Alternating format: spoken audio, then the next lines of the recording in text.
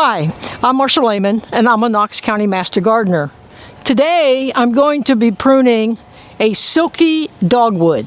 Now, a Silky Dogwood is a cousin to the red twig dogwood, but there are some differences. The red twig is more of a cane shrub. The Silky Dogwood is more of a multi-stem shrub. The other red twig, yellow twig dogwoods don't like to be in wet soil. They like moist and well-drained soil. On the other hand, the Silky Dogwood likes to be in wet spots, and that is why it is where it is in my garden. I got several of these a couple years ago when the town of Farragut stormwater folks were giving away native plants, and I picked it up because I have this perennial wet spot. And the wet spot is not so much because of what's going on in my property, it's because of rainwater that does not infiltrate in the neighbors behind me and runs onto my property. Not much I can do about that. I lost a bunch of plants to root rot, and so I finally settled on Silky Dogwood, and they love it in this spot. But back to the dogwood. The Silky Dogwood will grow to be between 6 and 12 feet in height and width. It does tend to sucker, so if you wanted to make a thicket out of it, you could let those suckers grow. If you don't want a thicket, well, then you prune out those suckers. The other is, we'll zoom in here on, normally this is a spring blooming shrub, a 3 or 4 year old plant, and it's its first pruning. I've been watching for flowers, and these are the spent blossoms, so you would normally prune after flowering, and that's what we're doing to this shrub. Now, I mentioned that I had several of these, and they started off as kind of a little 36 inch whip, and this first year they didn't do much. The second year they grew a little bit, and this past year they turned into this scraggly thing. And the other one that I had was actually worse than this. So back while it was dormant in late February or early March, I pruned the other one. And it was, what have I got to lose? Because I'm looking at a scraggly bush, and as I say, the other one was even worse than this. And yet every picture I found on the internet found this full, filled out, lovely shrub. So it's like, what's going on? So during the winter, I pruned the other shrub. Let me show you what that looks like now, just 2.5 months later. The shrub that I pruned a couple months ago is this shrub, which is now very thick, filled in, and fortunately I didn't remove every blossom. I didn't know where they were going to be. I just pruned it back, got rid of all the big long moonshots, and then that pruning stimulated growth. So while technically you would prune a Silky Dogwood post-flowering, my personal recommendation and recommendations that I have found elsewhere is that if you want to do a maintenance pruning, do it while it's dormant when you can see the structure of the plant. With all this growth in here, you really can't see it well enough to do a decent pruning job. So this will get a touch-up pruning next winter when it's dormant, and that will become my regular cycle. Now, the other thing that I would comment is some of the newer growth, not the very new tips, but kind of the intermediate growth, will have a reddish color, but it's not as deep red as the red twig. And the older wood actually starts to turn kind of a brown and grayish color. So you can take out some of the older wood if it gets to be too thick. But this is the difference between, and as I say, this shrub was even scrawnier and more moonshots than the one we're going to work on. But I went ahead, pruned it while it was dormant, and that pruning stimulated all this growth, and now it's starting to look like the pictures that I saw on the internet. So let's come back to the one that we're going to work on. I'll get rid of my folder, but I would advise you to look at the handout. It is a multi-stem shrub, so you want to start at the bottom, and you aren't going to be able to see this, so don't worry about it. But if in fact you want to control it and not let it become a thicket, then you would take out suckers. For the spot that I've got, I'm happy to have a few suckers, at least at this point. So I'm not going to worry about suckers on this plant. What I am looking at is here where my hand is, I have a very, very dead piece of stem. So obviously the dead stuff comes off. What is interesting, I don't know if we can zoom in this much, that's asking a lot, but this stem is a lovely shade of red, as are the stems coming off the other sides of it. So when you get up close on it, you can see that it is in fact a cousin to the red twig. Now, so the first was take out suckers if you want to take out suckers. The second is give it a once over and see if you've got dead wood. I had a couple all coming off of one stem, probably the result of some damage. I would say some of the stems can easily break.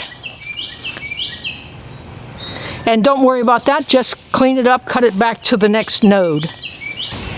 My concern is all these big long moonshots. So what I did with the other shrub and what I'm going to do with this shrub is kind of choose the height that I want. And on this particular one, yeah, see, I bent one there. I'm going to prune it back somewhere between waist and shoulder height, and I'm going to do it right above a node where there is a branch that comes off in the direction that I want. So this one, the branch is coming off towards the back. I'm going to cut that there. That moonshot is gone. Here, this one coming out the front, I'm going to make a cut again right above where a branch comes out. Now, part of what happens is there's a hormone called auxin that's out in the tip that controls the growth of the branches below it. And when you remove something like this, that hormone isn't there, and that allows all the things below to say, hey, it's time to grow. There's no hormone there to stop the growth. So I'm going to focus on these big long moonshots, and on this one, I've got some buds along here, but no growth until out here to the very end. So I'll keep this first one, and we'll take this off, and that is going to encourage some growth from these buds that are much lower. So that's going to be the longest one that I keep today.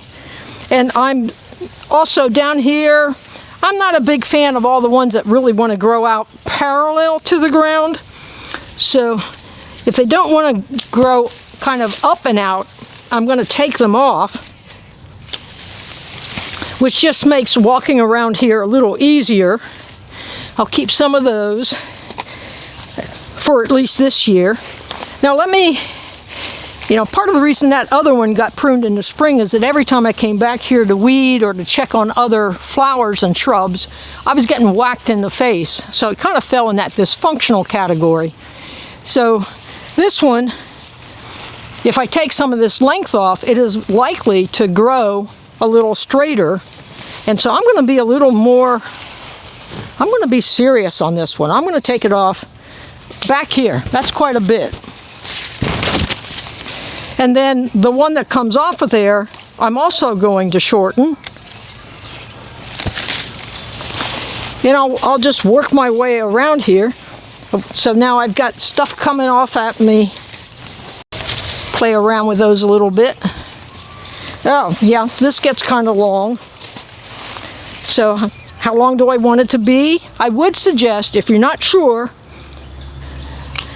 cut it at one length.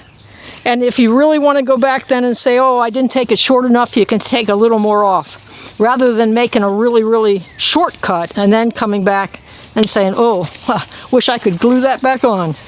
So this one, I cut it one length. I'm going to take it a little shorter now. And I've got this one that wants to grow straight through the center to the front, so take that off. And now, A, it's not as scrawny. B, I'm still looking at this.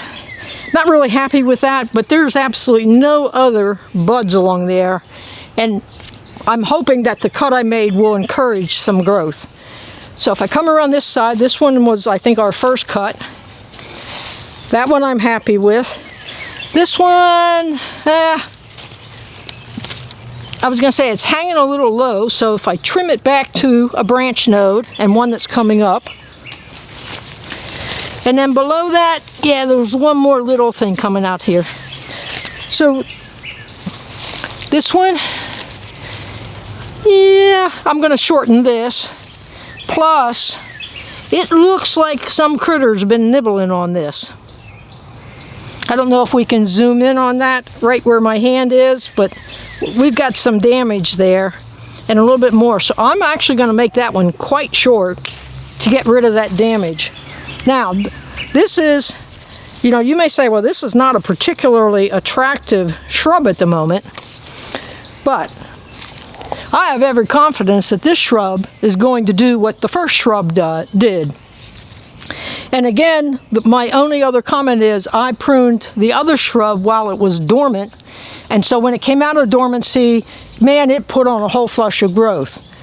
I expect to see a lot of growth on this one, but since we're now coming end of May into early June, I don't expect it to be quite as much growth. Again, the Silky Dogwood likes to be in wet soil. You can grow it along a stream. It's great for erosion control. It is a native plant, and you can let suckers go and make a thicket, or you can keep it pruned. So I think my routine is going to be, I like to see the structure, and I will continue to do pruning when it is dormant, but I really wanted to show you the difference because, again, this one that we just pruned was not as long and moonshotty and scraggly as this first one, which you can just see how it has fully flushed out. And in fact, right here, obviously when I pruned it when it was dormant, I did not get rid of every blossom, because here's a spent blossom and there's a couple more in the middle of all this. So my advice would be, you know, do the dormant pruning at least the first time that you're doing the structural pruning. And then you can decide in subsequent years, does it need enough work? Oh, see, told you, they will break easily. Does it need so much pruning? If it really needs a good tune-up, I would do it while it's dormant and you can see the structure. If it just needs a light touch-up, then you can let it flower and prune it after it flowers. And again, it gets to be 6 to 12 feet in width and height. So eventually these two will almost touch.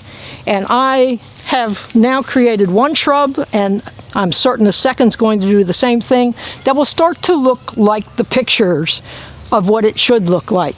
So just give it, you know, a couple years, let it get started, and then give it a good pruning and let it fill out. That's the Silky Dogwood. Hope you learned something today. Thank you for joining us.